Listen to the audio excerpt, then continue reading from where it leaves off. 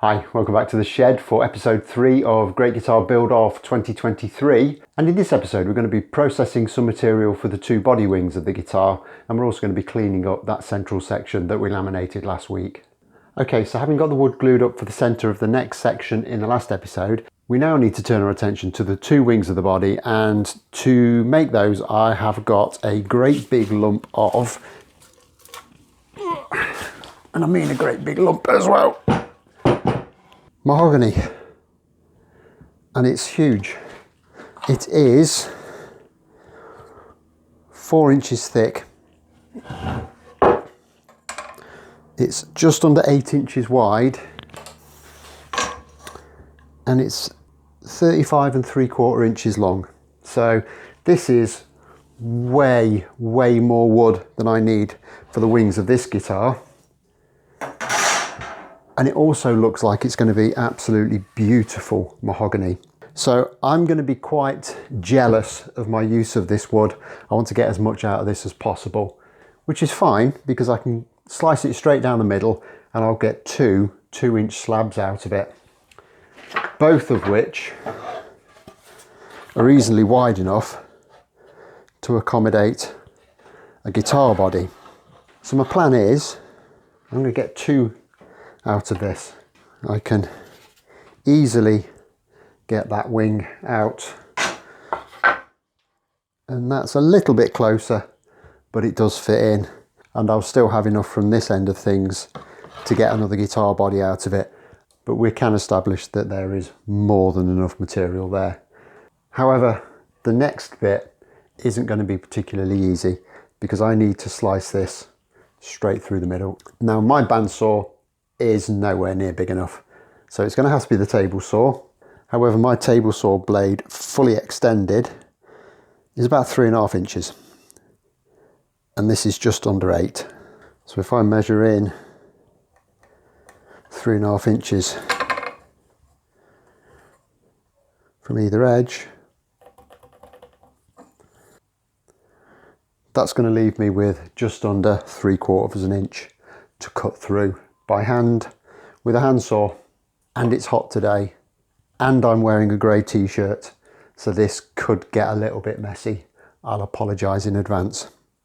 There's no point whining about it, it's got to be done. So I'll get the table saw set up, we'll cut through this as far as we can on that, and then we'll just have to finish off the hard and old-fashioned way.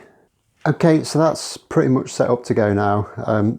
This block of wood is here just to support the fence. It's not a particularly good fence and it can move a little bit. So that's just to stop that flexing over this way. I'm going to start off with very little blade showing, and I'll work this up in maybe 5 or 6 passes until I'm kind of somewhere near the middle. Now, I've had a lot of comments in the past when I've done this process about I should be using a push stick, and I agree, a push stick is really important, but the function of a push stick is to control your workpiece whilst keeping your hands away from the blade, and I fully support that and I'm fully behind it. However, with a piece of wood this size, using a push stick isn't really an option. It just makes things harder, and in my opinion, I think you're actually more likely to have an accident using one of these. However, the pure size of this piece of wood means that my hands are going to be well away from the blade at all times. It's as safe as I can make it. So I've got about 1 inch of cut at the moment. I'll run it through, I'll flip it over, run it through again, lift the blade up, and just complete that process over and over again until I've got the blade as high as it will go, which will leave me that 3/4 inch in the middle of the wood that I'm going to have to cut by hand. It's going to be dirty, it's going to be noisy, it's going to take a little while, but hopefully we can get this split down successfully.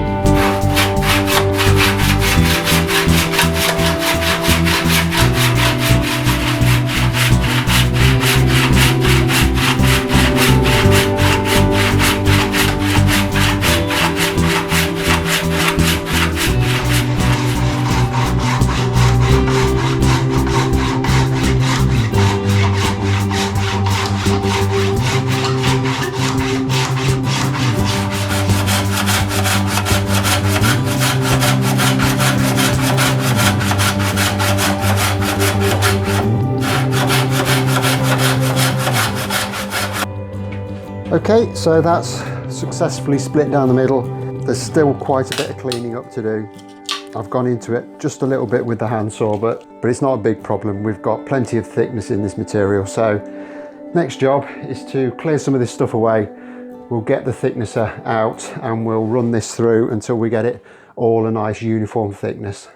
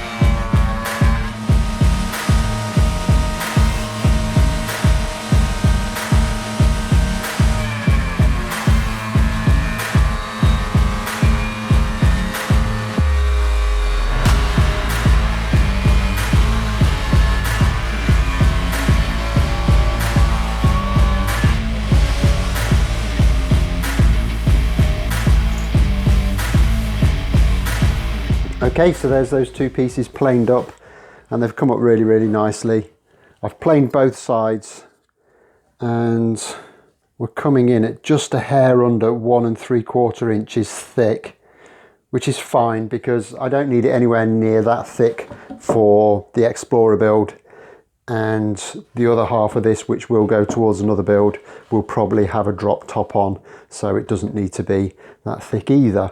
So that's great. I've got enough material out of that great big board to do the two builds, which is exactly what I wanted. This wood, it's got some nice figure in it. It really is a nice bit of timber. And I think I'm probably going to have this end as the bit I save for the build later on, and these two bits up here will be what I use on the Explorer, because the Explorer is going to have the center block separating them. It doesn't really matter so much that the figure's a bit plainer. I think that will look absolutely fine. And it must be remembered, it's only ever going to be on the back. The front is going to be covered.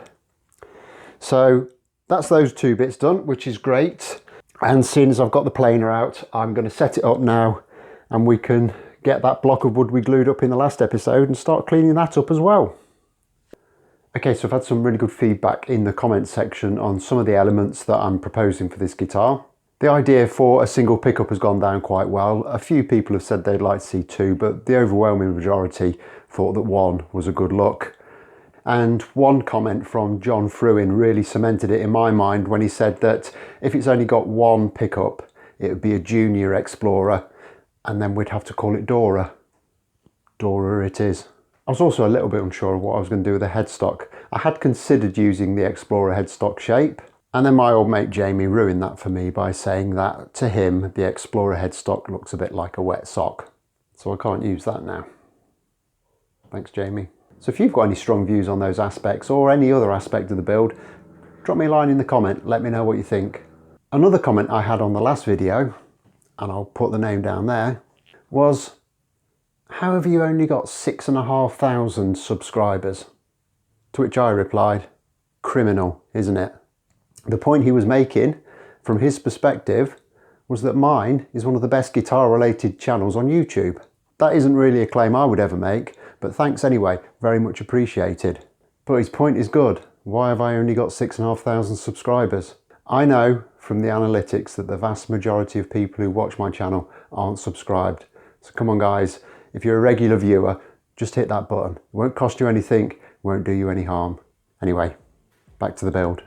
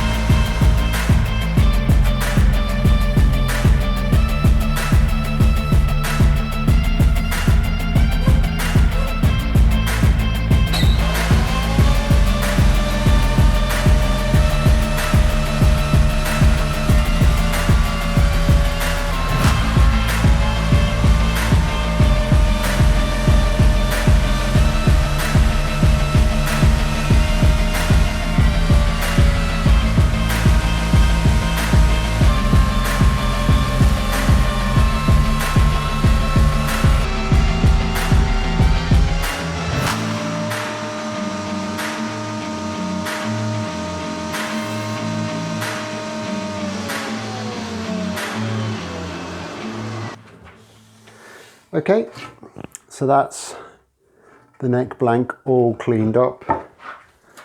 This has come out at, I lost a little bit more than I thought I was going to, but it's still 55, and that's kind of very consistent right the way down that blank. I only really need 50, so I've got an extra 5mm. You might be able to see there, there's some quite nice flame in this maple as well, so I think this is going to make a very, very nice neck blank. However, I can't do anything with this yet because I just don't have the hardware to start measuring stuff properly. So next up is we can get these back on the bench. We'll break out the templates and we'll kind of get this material cut down and start cutting these wings out. But I'm not going to do that right now because I am absolutely filthy. I need to go and get a shower. Okay, so it's the next morning. I'm all cleaned up and I'm good and rested, so we can move on a little bit further with this body timber. And first thing I'm going to do is I'm going to leave a little bit of spare material, and I'm just going to draw a kind of a rough body shape like that. And then from there I can establish how much material I've got for these two bits for this build, and it's actually absolutely loads. So I'll just mark that roughly so I know what we're working with. Again, unfortunately the material is too big for my bandsaw, so I'm going to have to cut these down by hand, but hopefully it won't take very long at all compared to what we had to do yesterday.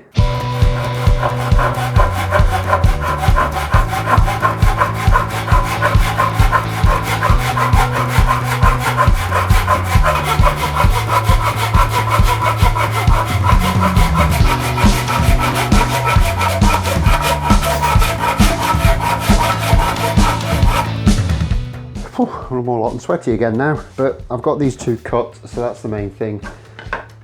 So next up, you just need to mark around these with a pencil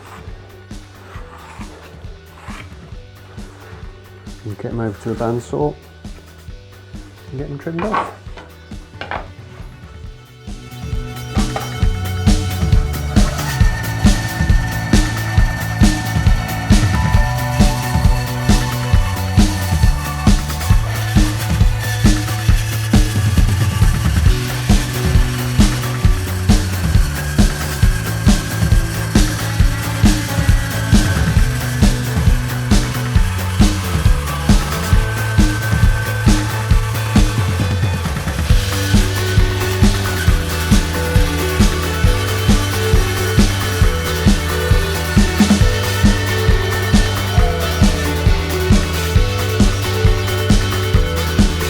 And there we have the two kind of roughly cut wings. I'm not going to go too much further with these now because I still don't have any hardware at all for this guitar, so I don't really have any kind of hard and fast dimensions that I'm working to with regards to that, and I don't want to go too far, cut material away that I can't afford to cut away at this stage. Hopefully I'll be having a delivery in the next day or so, which means we can kind of crack on with stuff.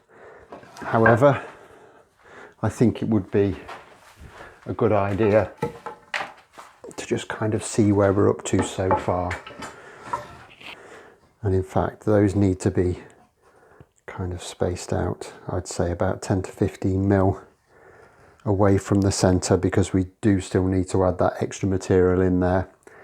And I'll see if I can get a better shot of that, see what it looks like.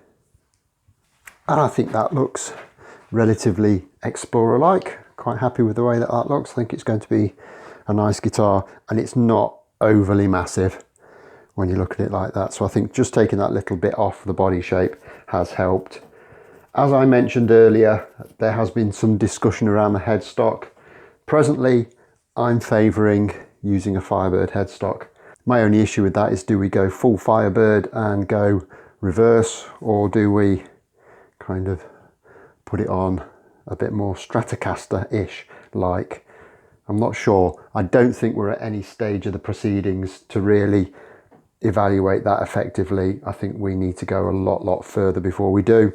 But presently I'm thinking full Firebird, reverse headstock, but we shall see. Let me know what you think in the comments about that. I'm very happy with the way that this central block has come out. It's very nice and crisp. The veneers in there, I'll try and get a better shot, but the veneers really are nicely defined.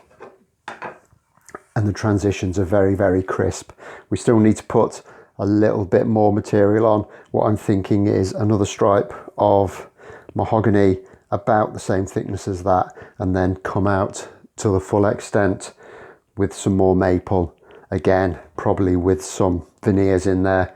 I think I need about 100 mil on here, but I'm not going to make any second guesses until I've got the bridge in my hands and I can measure it myself.